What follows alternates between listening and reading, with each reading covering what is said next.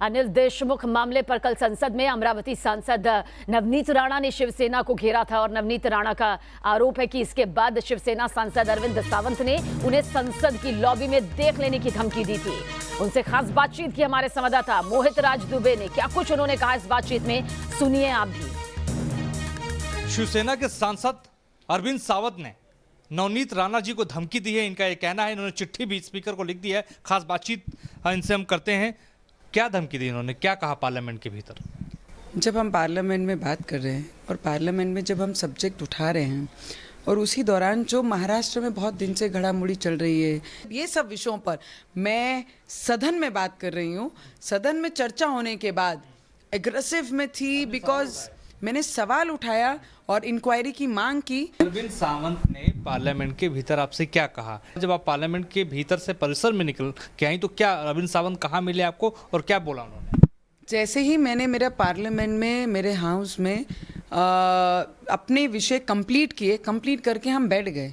जब भी होता है कि सभी कॉलीग जो हमारे हैं हाउस में उस पार्लियामेंट में अपने अपने मुद्दे रखने के बाद हम सभी भाई बहन ऐसे करके हम भाई, क्योंकि अरविंद जी बहुत बड़े हैं, बहुत सीनियर हैं, तो उन्हें हमारे मराठी भाषा में दादा करके मैं बोलती हूँ। तो उन्होंने जाते जाते 2 सेकंड ब्रेक देकर उन्होंने ये कहा कि अब तुम्हारी बारी है जेल में, तुम्हें जेल के पीछे डालने की।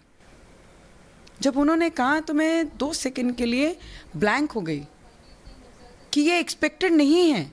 मुझे पहले भी शिवसेना से थ्रेटिंग लेटर्स आए हैं जहाँ पे मुझे बोला गया है कि तुम्हारे चेहरे पे एसिड फेंक देंगे, तुम कहीं की रहोगी नहीं, कहीं घूम नहीं पाएंगे, ऐसा कर देंगे, तुम कहीं किसी को मुंह दिखाने लायक नहीं रहोगी। इसके बाद अगर उद्धव ठाकरे के बारे में बोला तो हम तुम्हें देख लेंगे। ऐसे फ़ोन कॉल्स, थ्रेटनिंग लेटर्स, इसकी भी ऑलरेडी पुलिस स्टेशन में मैंने कंप्लेंट की हुई है।